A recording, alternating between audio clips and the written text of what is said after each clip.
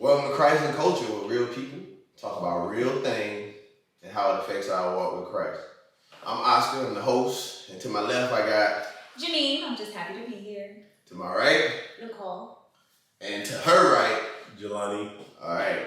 So welcome back. If you've seen the pilot or heard the pilot, this week we're gonna talk about grief and how it affects us, and how we as regular people, non-religious people deal with it, how religious people deal with it, and the merger between the two. So, but that's about it, man. So how everybody doing? Good. We make it. Good, man. I can't complain, man. Just gotta be alive. Right, we're taking it day by day. Y'all go ahead, man. You know. We got doctor, nurse, doctor. Relax. Relax. So just getting into grief, there's a lot of different ways that people experience grief, process it. Most people have been able to break it down into the Kubler-Ross 5 stages of grief. Depending on which version you look at, you might see 7 stages of grief. You might see just 2.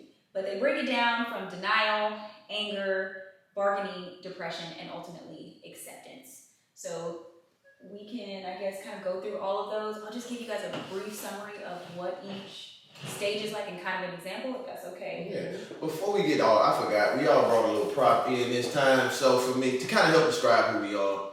So for me, everybody on this panel knows I'm a big fragrance cologne guy, and this is one of my favorite ones. This is one of my favorite ones right now. It's called Angel Share by Killian. It's a real winter smell. It smells pretty good. So got a little pineapple in it. So I just let everybody explain their prop and how it reflects to them.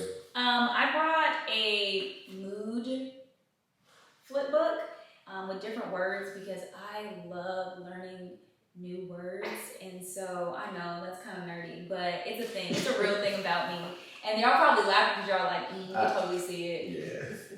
First of all, Go ahead. Yeah. And the word that I just chose today is copacetic because I think that it's hilarious to say, and it's definitely I ain't gonna agree with it. my point exactly, which is why it's so fun. Yeah, that's it. What you got, Nicole? I have my trusty mug. If you guys know me, you know that I love to drink coffees, teas. Also, it's my favorite because it has, our homeland on it, and it represents the diaspora, and we all represent the diaspora, and so yeah, I just want to make sure that we shout out where we from. What you got over there, She-God? So, I got one of my favorite games to play. Anyone who knows me, game nights are my thing. It's just good vibes, always with people. Winning, Culture Tags is the one I smoked everybody in, where I kind of went Rain Man. I mean, you just had to say that, right? Lots of laughs. Shout out to Culture Tags. I just love it. This is for the culture right here. So. Yeah. All right, now we get into it. So, we chose this topic, especially in December, because it's a time where people who are not around family, they tend to get sad because they can't be around family, or if they lost a family member that they were really close to. The holiday season is normally when we start to dwell on those memories with those people. Yeah. And what I like to say is grief it's a never-ending cycle. Yep. So Janeen brought up that there are 5 to 7 stages of grief. Just because you make it to the end and that you accept it doesn't mean that you won't revert back to step 2 or step 1. It's an ongoing cycle. Yeah. And we just want you to know, if you listening to this or watching this, it's okay, and that we're gonna try to add how you can deal with it in a religious, or not necessarily religious, but a spiritual, or let Christ handle it for you. So, I think it's something important. I think even for viewers who may not be Christian, even though we are giving you Christian principles, a lot of this stuff, you can find ways still that are not Christian principles to deal with grief. So I think just keep that in mind. Be open-minded about it as we're even. And we're going to be open-minded as well, right? Same with us. That's the culture part of it. Mm-hmm. We're followers of Christ, but we know that there are people out there that might not necessarily believe in what we believe in. Yeah, and that's okay. It's definitely okay. That's okay. Because, you don't have to, I mean, it's a title. You don't always have to wear the title. So. Exactly. But all right, so who we gonna kick it off with? Jelani, I mean, you start us off. What you got? I just shot you. Yeah. I shot you now. Oh my gosh, I don't even know where to start. I mean, I guess even I just don't know. Like, we call you the youngest in charge anyway, so go ahead. I mean, just with grief, I experienced a lot of grief at a young age. More in my teens, that was pretty traumatic for me. And even now, it still stings. Just depending on the day it is. The older I get, the harder it gets because these are people that you wish would have been here to see your milestones. But just a background of myself, age 12, my father passed away of cancer. He just came back into my life. He had been dealing with his drug addiction, so he just came back. I think by the time he came back, it was only 2 years that I saw him on a consistent basis, and then next thing you know, I'm burying him, and that was rough for me because it was like I finally got the opportunity, even though it was a rough opportunity, but it was like it was so rough. So you kind of had to deal with it twice, but at one time. Yeah, pretty much. I mean, it took me that was one of my darkest moments because I remember constantly for like months the devil attacking me mentally, about thoughts of wanting to die because that's just how bad it got to me, and even to the point where I was getting ready to take my life and God stopped me from it. It really was hard, but as I got older, being around my sisters and my nieces and nephews definitely helped. And I mean, your support system during the grief process is very key. I think you gotta surround yourself by the right people. You can't surround yourself by people who are toxic in the sense of, they're out having you do a bunch of wild things that you have no business doing, Because, I think the reality is, and I think we'll touch on it a little bit later, when you're going through grief, you gotta be careful on the habits that you pick up. I think that's one of the most key things about grief. You gotta be careful about the habits because for even my experience, picking up some of the habits that I did, like they could have been avoided, but since I picked them up now as a man, it's even 10 times harder. So just keeping that in mind, but I mean, we can start off there. I got a lot more, but I'm not gonna talk the whole time. But you said some things. You said some things that really, for me, because for the people that don't know,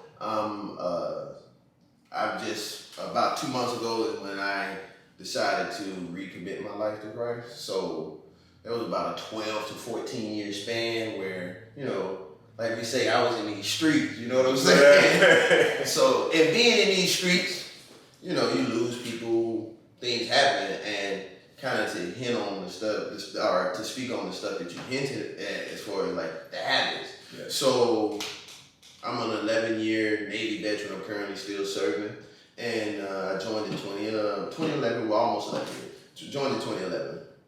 And in 2013, my grandmother passed away, and I was stationed in Los Angeles. And I was really close with my grandmother, but our relationship had become kind of fractured because of certain things I had done and reactions of my family. And she was dying, and the military was like, nah, you can't go home. Yeah. And she was on her deathbed. My parents were like, she don't have very long. So I was like, is it okay if I go home? See, my grandma told me the situation. They were like, no, you can't go home. We need you here. So a couple days later, she died. And by this point, I grew up in the church, but by this point, I kind of ventured away from all that, as I used to say, religious stuff.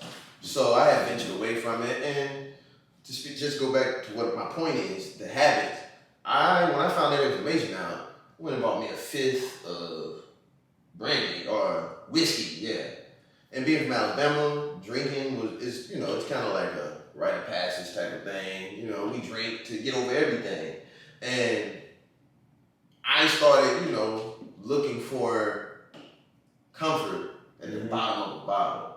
So I bring that up just to say, like, you dealt with it with whatever way you dealt with it. And alcohol was one of my ways And I feel like alcohol, even though for most people it makes us have fun, it's not good for the body. You know what I mean? No matter in what quantity, it's not good for the body. And I'm not here, to point the finger at anybody because sometimes stuff gets hard. Yeah. I still fall back and grab a drink, but the one thing I do now is if I am gonna have a drink, I always quote Proverbs where it says, do not drink strong drink lest you forget the law. So if I do go and I have a drink, I might have one because I say that before I walk in there. And I kind of feel like that's kind of, I know it's going to sound crazy to people listening. It's kind of like God allowing me to deal with my quote unquote addiction without diving back into being fully addicted to it. So, but that's what I got. That's how I used to deal with grief. Now I just, build these man muscles up. And next. But I mean, yeah, it's not, and this is not just like you're going in order. If you got a thought, just hop in there with your thought, But, don't let me and Jelani just control the whole narrative. Yeah, I got a lot to say, so please don't. Go ahead, what you got? No, That's why they said bring Jelani on, because he got a lot to say, so. But we gonna work No, together. I mean, I'm just picking up on what y'all are putting down in how we, I know I'm 70, how we process things. I think it's important when we're talking about stages of grief, though, is to realize that not everyone will experience all 5 or 7 stages, and you may not start in the order that you see it listed on the chart. Some people start in denial. Exactly. Or some people just start angry. You know what I mean? That's me. In that kind of wow, shock factor way. And I think that just because society has rules, we feel like there's a certain time frame in which you need to process things. Even, I think you said this word at the beginning, even when you get to the acceptance factor, it doesn't mean that you've gotten over what you lost. And let's just say I don't like lost, you know what I'm saying? Like you don't know where to find it. What you just don't have in the same way. Because we mourn the loss of relationships with people. We mourn the loss of dreams. We mourn all types of things. Yeah. And so it's important to realize that how you process is your process. Now, coming to a place where you're open to the wisdom from others who have been on this earth longer than you, or even people who've experienced things differently than how you have, may help you in your own struggle. Absolutely. And I have my own experiences because I started my nursing career in inpatient oncology. So that is a unit with cancer patients. And many of our patients were there towards the end of their life. And the experience of, first of all, being there to help make sure that the person has a dignified exit and how you're helping the family members who will see them in that moment, making sure that that's the most positive situation. But just watching people grieve. Some families have a very expressive way, while others are very reserved. And for me, I had to realize that is okay. Both of those are completely fine. And I mean, I think that's the beautiful thing about Christ is that he made us all different. So it's almost funny to think that we should all grieve the same. Yeah, it is. If we're not made the same, you know what I mean? Yeah. And the fact that he is willing to send the Holy Spirit to comfort all of us in whatever way that we choose to grieve. And so I'm hearing what y'all are saying, and I'm like, picking up what we put down. I'm picking up what y'all are saying. You smelling what we stepping in. Well, even with that, oh my gosh, I just lost the That's thought. okay, Nicole has something. Yeah, go ahead, I just lost my thought. So, Janeen, you said something so very powerful, and that was that we grieve over different things. And I think it's important to recognize that process. I'm adopted, and when I was about 12, I found a lot of my paperwork I went looking for it, to be honest. And I found my paperwork, and when you're adopted, I was not adopted at birth, I was adopted when I was a child, so I went through the foster system for the first couple of years of my life. And so it was very apparent that I was not biologically related to my family. And so at 12, 13, I was like searching for identity, and I went and looked for that paperwork. I always thought my mom was this teen mom. Let me go when she was like 13, 14, 15, 16. And I just, had this story. Yeah. And it turns out my mom was almost 40 and an addict. And everything I thought I knew about her just in that moment was like, it hit me like a ton of bricks. It was a lie that I had made up in my own head, but still a lie. And I had to grieve and didn't even know that I was doing it, right? Wow. I had to grieve the notion of who I thought she was versus who she actually was. Yeah. And I think it's something that set in motion who I became after that until I stepped into relationship with the Most High. Yeah. When I realized my identity was rooted in something completely different than my physical identity and my bloodline, that it was deeper than the bloodline that began with my parents, but it was generational, and that I belong to the Most High. Things began to shift for me and my relationships.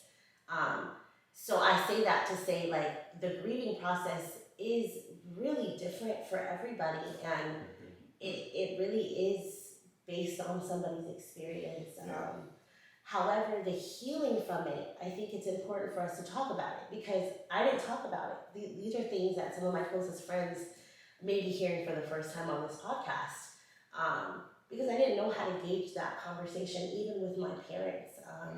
And it wasn't until I was a mother that I had to sit down with those feelings and start to deal with them, so that I could help my child navigate through loss at some point. Yeah. Well, I think, now I remember my thought. I think, in this grieving process, I think one thing, it's hard to do while you're in the moment, but I think you take your time to grieve and go through the stages, but you can't stay there too long. Mm-hmm. I think a lot of times we see a lot of hurt people, and a lot of the issues that come from it is that people stay there too long and they don't try the healing process and give it time to go through that healing process. And so I think that's something you have to be mindful. What does that look like? As you're saying, it's different for everyone. It's different from everyone, but you have to be careful where you do not stay there too long, because if you do, that thing is going to destroy you. And that's just real talk. Like, it's kind of scary to say it's going to destroy you, but like, it really will destroy you. Think about all the people we've seen on TV, we've seen wherever, even some of our family members, they didn't heal, and guess what? Like, now their kids are paying the aftermath of it, and now you have, if it gets to a point, it's kind of like becomes a generational curse. Creating a curse. It's creating a curse because your parents never deal with it, or your brother and sister. So it's like, you gotta be mindful of it. Like I said, it looks different. It might be you dealing with it or healing from it. It's through sports. It might be writing. It might be singing. Okay. It's all those different things. So you bring that up, and my thing is, what about the people, like, say myself, what about the people that use work or sports, but then that's what they dive into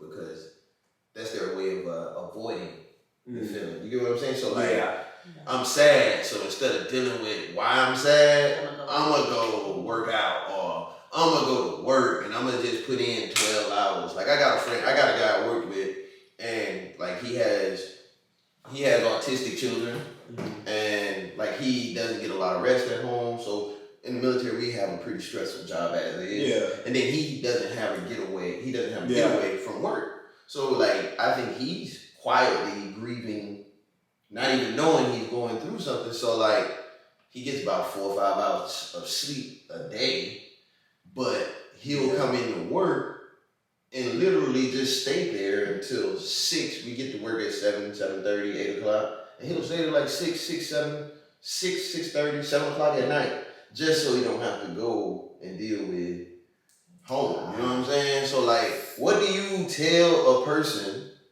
that may not be spiritually awakened, that may not have a religious identity? What do you tell them how to deal with that, Nicole? I think it comes down to relationship, right? Girl, you literally took the words right from my head. And so that's your friend.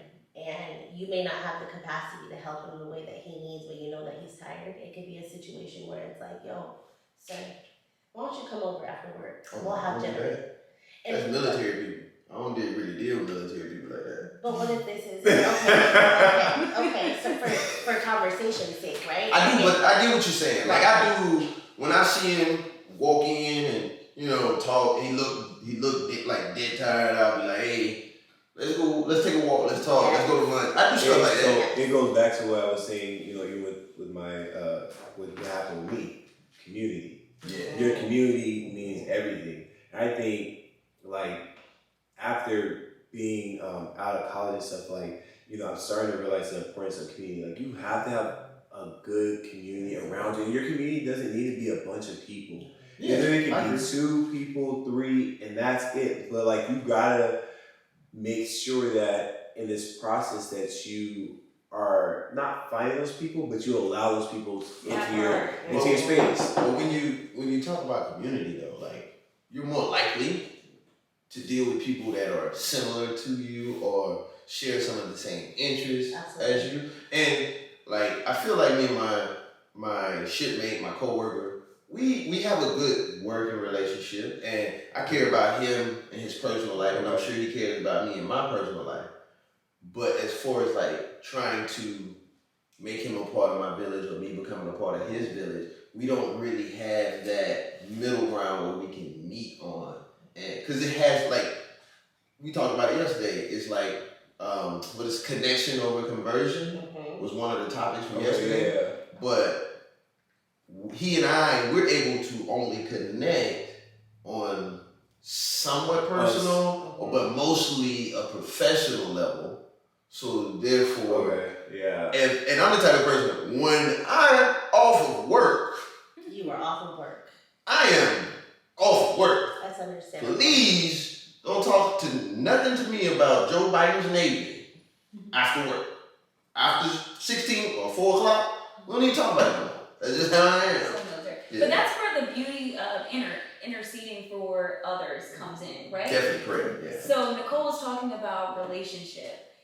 And Jelani, we all saying the same things, that you have to be willing to allow people to help you, And for those who you have not established the kind of personal rapport with, to be able to just be like, listen, we're just going to step over here right now, I'm just going to pray for you. That's when you put them on your prayer list at home. Yeah. I mean, that's and I'm not saying that, and I have a feeling that situation would be. And, this is the part that I don't even know how to bring this up, but I'm going to bring it up anyway. Sometimes when we see people grieving, and we feel compelled to help them, we want credit for assisting them through their process. That is that ain't it, y'all. So that's where I'm talking about intercession is really important, because you don't get credit for it. First of all, I love credit. Like, I ain't wearing my Apple Watch today, and like, so I'm not getting my steps calculated, and I'm already like, dang, I ain't getting no credit. Same. And so like, I know that I take a credit mindset with me like that, but in this situation, I'm like, no, and I don't know. I think that's one of the things that grief in the conversation doesn't get brought up, is like, it's not about you in this moment, so you don't need credit. You just gotta do what you gotta do. But isn't that like part of like dealing with that though? Like dealing with grief in general though, is the hardest thing for most of us to do is swallow our pride. Right? J. Cole said pride is the devil. Hey, you know what I'm saying? You really were at church yesterday. Yeah, you got a hold on me. I brought that up in church. But I want to address that, and not to cut you off, but I think this is important. Some of the reasons why we have pride, sorry, I have a soft voice in that one too.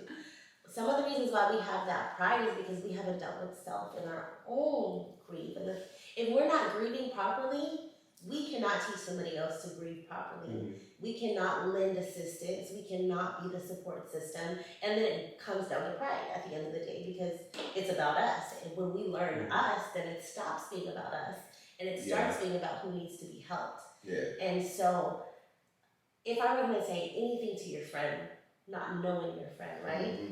It would be to sit down with self and heal. And what I mean heal from the life that he thought he was going to have. Because I have worked with autistic kids, and then he's the person that we're referring to right now, right? And I've worked in education for 10 years plus. And I love that demographic so much, my favorite demographic, because oftentimes we see the negative because there's a lot you see the screaming, the scratch, you see the outlash. But the other end of that, outlashes. The other end of that looks amazing, but oftentimes our parents are too tired to see that aspect of it. And so you come from a church now, like you're part of this community, being able to say, hey, I've got someone dealing with A, B, and C, who in my tribe can lend assistance? And someone can then say, hey, I work in that field. Yeah. Maybe just slide in my phone number. You know what I mean? And how you bridge that conversation can then be like, oh, but I don't know how to do that. Then our church therapist can say, hey, let me work on you on how to bridge that conversation. Each of us. Oskar can talk to people. Right. No, I know that you can. I know that you can. But that's like, she's saying something that's important that I wasn't gonna say. I just thought it was gonna come off savage. But like, you have to. There comes a point where you just have to face yourself. Like that's the thing, because avoiding it, it's okay to avoid it for a while and stuff, but then at some point you gotta face yourself and be like, when is it enough? Like enough is enough, and that's really what's and I'm currently going through that process where I'm having so many life changes, and so I was like, all right, so I need to face myself, and for me, I got a therapist, and so and I've enjoyed that process through facing myself, because I'm starting to understand myself and why the way I am, but I had to get to that point where I'm sick and tired of being sick and tired with some of my stuff, and so you just have to get to that point, and it sucks for some of us that it takes so long. I mean, even speaking to myself, and you do have to allow yourself grace, but you have to just get to that point, because you're never going to get better as a human being until you face your own stuff. Okay. Now, we talk about some of our own personal things dealing with grief and how we dealt with it. What do you tell, I'm gonna give you guys just two scenarios. What do you tell a Joe Schmo off the street? He's agnostic, or maybe even atheist, or grew up in the church and no longer is in the church, and they're dealing with grief. How do you, as a Christian, help this person deal with that grief? For me, the first thing first of all, if the person trusts me enough to share, if they're not visibly grieving, but they feel comfortable enough to share with me that they are going through something, I find it really important to, again, take myself out of it and ask, what is it that I can do for you right now to support you in this moment?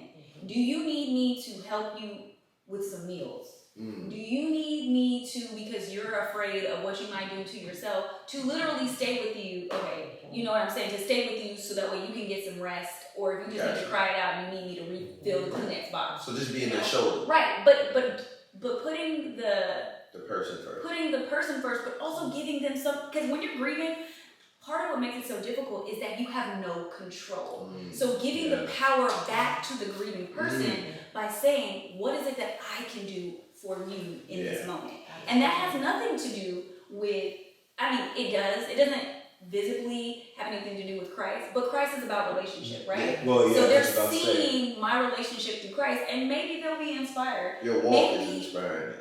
Yeah, or maybe they won't be, but it doesn't mean that, maybe they won't be in this moment, but 20 years later when they're, And all Christ asks us to do is meet them where they're at. That's it. If you really go into that mindset and meet them where they're at, Janeen just gave the whole spill. She met that person where they're at. Hey, what do you need? For me, it's hey, inviting them somewhere to hang out with, even if it's not Christian people, just to hang out. And then you start that conversation. Yeah. But you really got to meet them where they're at. And that's the key to all of this. Because at the end of the day, as Christians, we shouldn't have to go out and say that we're Christian and we believe in God. That's really the anointing that's in us and what we fill ourselves with Jesus through reading scripture and whatnot should just spew over.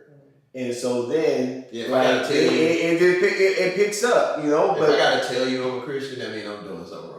Like you know, like Yeah. you shouldn't have to. So I think as people who are Christian, like we shouldn't go with that mindset that we gotta go ahead and say all those things. Now when that opportunity is there, you slide it in, but you don't.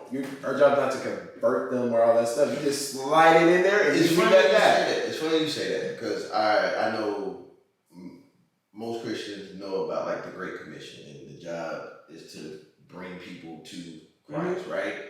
But I'm big on like lowering your pride because that was an issue for me, and I'm still working on like reducing myself. Mm-hmm. But we have to, like, as Christians, we gotta remember that we don't convert people. Yes. Like, the Holy Spirit converts people. Yes. We only like plant that seed. Right? Yes, exactly. And if there has been a seed already planted, it's our job to sprinkle a little water on that seed, put a little fertilizer on that seed, and let the Holy Spirit continue to work. Because I just think back when I stepped away from any type of religion or spirituality, I had nobody there nurturing that seed. You know what I'm saying? It was just me, and then it was the world. And we know who's the god of the world? Satan, right? Mm-hmm. So if he's watering that seed, it's going to be a weed that's growing and not a terry. No, I hear you. That thing. Can I also, I want to bring up point in when it comes to grief. That's important. So on social media, Instagram, there's been a video of this guy in an interview, and he talks about grief, and I love the way he talked about grief. And he basically said, in my own words, thinking of whoever died is actually honoring that person. Mm-hmm. And when I sat with that, because, holidays for me happen to be rough. My stepfather passed away around right before Thanksgiving. My aunt and my uncle last year passed away again towards the holidays. And now here we are to this year. And I've been having a hard time with grieving in the last couple of months. And with that said, when he said that, it dawned on me that I feel kind of guilty bringing some certain people up because I think it's going to bring about pain.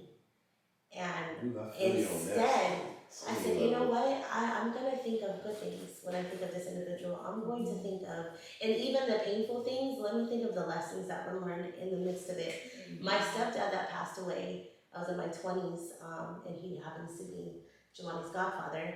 But in my 20s when he passed away, we were not necessarily on speaking terms. Like he was my stepdad and I loved him, but I also was a bratty little teenager when he came into my life. And so when he passed away, there are a lot of things that I did not say. And every time it comes to like November, December, I get really emotional about him. And when I heard that, I was kind of like, dang, I'm gonna stop being mad at myself and I'm gonna start appreciating, sorry, I'm getting emotional, but I'm gonna start appreciating the moments that we had. I learned so much from him, and he would be proud of the woman that I've become.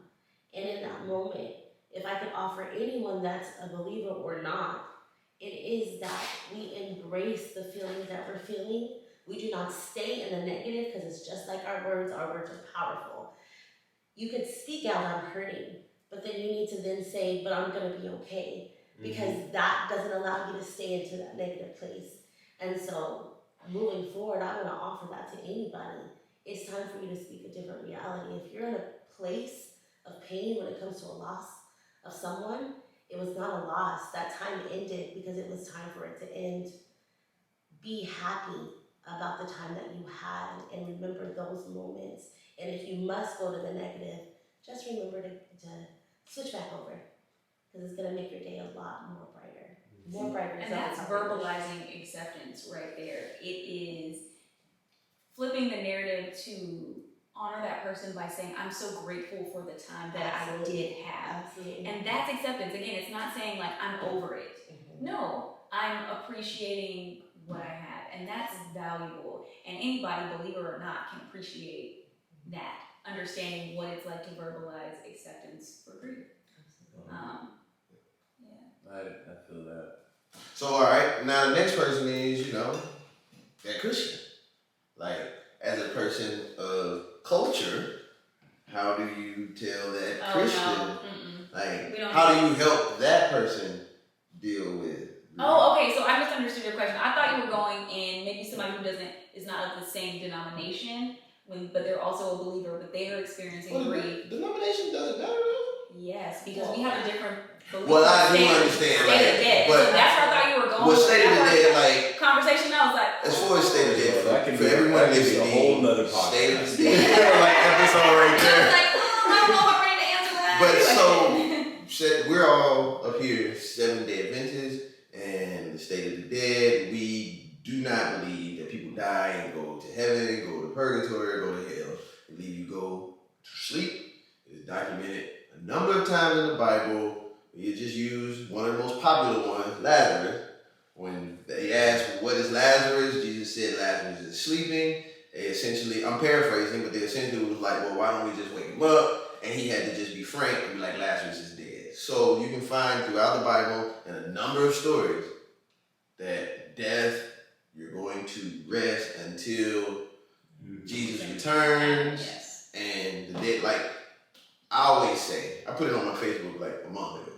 I said, if everybody dies and goes to heaven or goes to hell, then how can the dead in Christ rise when Christ returns? So it's like God gonna be like, all right, y'all been up here, some of y'all been up here 1,000 years. Time to go down. I'm gonna send y'all back down here. That's why I tell because we gotta make this scene, and we don't. I tell people all the time, like, what's the whole point? Yeah. Like, what's the whole point if everyone goes to heaven and like it just did not make sense. But at the same time, like just to go back to you, like depending on the denomination, like I truly believe that you have to act and talk in love, right? Absolutely. Yeah. And even if like my dad's African Methodist, Episcopal, I get on to him. He put on Facebook, some of my family members I know happy heavenly birthday, and I shoot him. You know they in the dirt, right? Oh no! But can we talk about that though? Because there is an honoring, right? I had a friend that passed away a couple years ago, and I saw on Facebook it was the anniversary of his death, and I wrote something, and it wasn't for him. It was for me in my processing in the moment, and it said something like, "Yo, I really miss you," and I know he couldn't hear, and I know that he's sleeping, and I know like. My belief system is that I'm gonna see him on that good morning.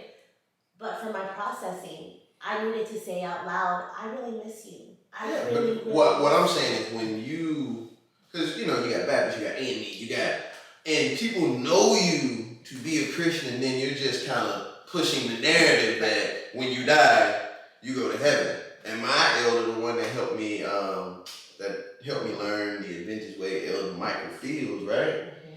Mm-hmm. We talk about like when we tell children and other people like when people die, they going to heaven. Right. We're essentially placing heaven as a gravesite. Yeah. Because as a kid who doesn't have like the knowledge base, you tell them that whoever just went to heaven, they one day might go and be like, well, I'm going to heaven to talk to this person. And that's just not the case, and you don't want to push that false narrative. But what I'm saying when I say you have to speak in love is like, and love don't mean nice. Love don't always mean we speak nice, because my favorite Jesus is the one that was out there flipping tables and calling people hypocrites, right? So we don't have to be nice. It just has to come from a sincere and loving place. And when they believe that when you die, you go to heaven. When you die, you go to purgatory. You die, you go to hell. Right?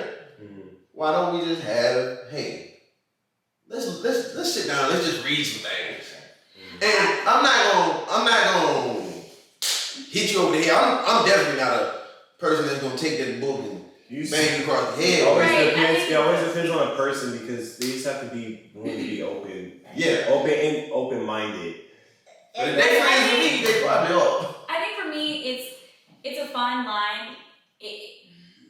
When people know that you are experiencing loss, and they attempt to comfort you by telling you that your loved one has ascended, in my kindest way, try to express that while I appreciate the sentiment, I am more comforted knowing that the person I love is one, no longer suffering. Yeah. Two, is I believe that they went to sleep in Jesus and we will be reunited one more time. I don't believe, or I don't subscribe to the belief that my loved one would want to see me in pain from heaven going here through your on stuff. earth. Going through So your stuff. while I appreciate that, thank you so much. I'm good. But it's a conversation that I think that timing definitely has to be appropriate. You don't say that day after. Because if I'm on the receiving end of someone saying, well, baby, you know they in a better place. But the better place, I'm not really, because of not dealing with. No. Not I dealing get it. with Okay. stuff. They are in heaven looking down on you. Now that I'm like, oh, okay. It's that. You know, I would not describe myself as confrontational, and I would just be like, I'm uncomfortable with that. right? I am uncomfortable with that, but I think after I had my little bereavement time or whatever, help Holy Ghost, I think I would be able to say, you know, the other day, you know, you mentioned something to me, and, you know, like I said, well, I appreciate that. I just want to let you know that here's some things that I do believe, and thank you so much for keeping my family in your thoughts. Thank you. I want to furthermore that. When you think the opposite, right? Because I have a lot of friends that believe the opposite of that. And if they're on the receiving end of grieving, I think as What you mean? You should think the opposite. what we believe, right? Oh. And they're the ones that are grieving the loss of a loved one. And they say, because I've been in rooms, funerals, where people have said like they're up in heaven. And I think sometimes as the Christians that think that they know it all, it's not the time or the place to say in that moment, oh, but they're actually not in heaven. Okay. Just speaking on that, like I'm just thinking about our Sabbath school lesson from last week. And when King Josiah, Sabbath school lesson, whatever, I'm not gonna go too deep into it, but they found the book of Deuteronomy and he realized that they was doing wrong. What did he do? He cleaned house. But I'm only saying if you're going to stand for Christ, or if you're going to stand for the Most High God, right? It's going to be some uncomfortable times. No, and I completely agree with that statement. So I had a friend, right, that believes in the heaven concept. And she didn't recently lose somebody, but she was talking about losing somebody. And she said, and they're in heaven. And in that moment, I said, oh, heaven. Well, can we talk about that? Because, you know, I grew up a little differently, and based on what I've researched in the Bible, we don't go to heaven. But the setting of it, I'm not saying you just be in the church when somebody's saying they up there looking, you a liar! Right. So I'm not saying that. I object. You don't hit them with the color purple finger. Okay, so that's what I'm trying to say. No, I agree. I'm not going to do that, but I know we all kind of. No, I'm not saying that, but I know we all kind of like when we deal with people that don't believe in what we believe in, we kind of try to, because we like that connection. Right. We try to tiptoe around. And I'm like I sat there and I talked to my girlfriend Jerry. I'm like, I'm not doing that tiptoeing thing anymore. Like I'm gonna stand on it. Like no, I don't believe in that. Like my bad. But then there sorry, not sorry. I was just about to say sorry, Like, sorry. Because this is what I told her. I said, when good things or good changes happen, it's not comfortable for either party. So I look at I'm from Alabama, I'm from Selma, Alabama. Black people couldn't vote. Do you think the black folks wanted to go out there and get water holes, get by dogs and all that stuff? And do you think the other side that wasn't as radical, do you think they were comfortable? No, like in order for change to happen, both sides have to be uncomfortable. Right. Like you have, if I'm comfortable with you attacking me, then you need to change how to attack me, because that means I'm prepared for that. You know what I'm saying? Like that makes sense. I get what you're saying. You're comforting, not attacking. It's that. Well, yeah. No. I'm just speaking on change. I'm not speaking on like helping someone through grief. I'm speaking on, and that was Alvona, by the way, that voice you heard. That was Alvona. So okay, I agree with you, right? That we're gonna have some uncomfortable conversations, and that but there's conviction, right? Here it is. If I've spent 30-something years of my life believing one thing, and you come to me and say, It's a hard adjustment. I don't think that's what Jesus meant right there. Can we talk about this? It's a hard adjustment. Right. You know, You have to be able to give the room I'm for a that nigga, person to like grow I'm or a be nigga, convicted, right? Because when we think of like, and we're not talking about the Sabbath today, right? No. We're talking about something completely different. But when we think about like what the scripture says about the Sabbath, and someone's been going to church on Sunday for 27 years, 37 years, 47 years, and then we say, actually the scripture is this, and history says this, Well, that person has to sit with that, and the change may not be right away. For some people, it could be. It's kind of like putting good things in your body. What you healthy got, things in your Jelani? body. No, I was gonna ask her. Are we going with this? no, just keep going, man. You Just keep keep going? talking. What you got? Okay, well, I had kind of something new from a new perspective, just on my experience. It still goes with grief, but are you good with what you said? Okay, so since dealing with a lot of grief, one thing I've noticed, it's kind of crazy, even like as I say this. So there's always new life when someone does die. Yeah. Always new life, and which is crazy because you think of like, it's kind of like the residual of like what Jesus, like there was new life when Jesus died. Like when a person dies, there's always new life that is given, and I think it kind of goes back to what you're saying, like being able to remember and say those positive things, think of the memories, like that's part of some of that new life. Because like the reality is, like some of these things happen. If it wasn't for it happening, like there wouldn't be the change Of course. that we would need that's necessary. And I think that's a perspective that doesn't get talked about enough. Yeah. When grieving, after you've gone through the grieving process, like there is that acceptance, that I think realization that there is new life that's always given. Mm-hmm. And maybe it might not have been to you, Yeah. but someone's life was changed because of the things that transpired. For sure. For sure. So, well, I mean, that was a good conversation for me. I agree. You know what I'm saying? It was more than copacetic. Yeah, it was more than copacetic. Yeah. So, thank you guys for listening. I hope you enjoyed. We definitely enjoyed talking about it, and we'll see you guys on the next episode of Christ and Culture. All right. Peace.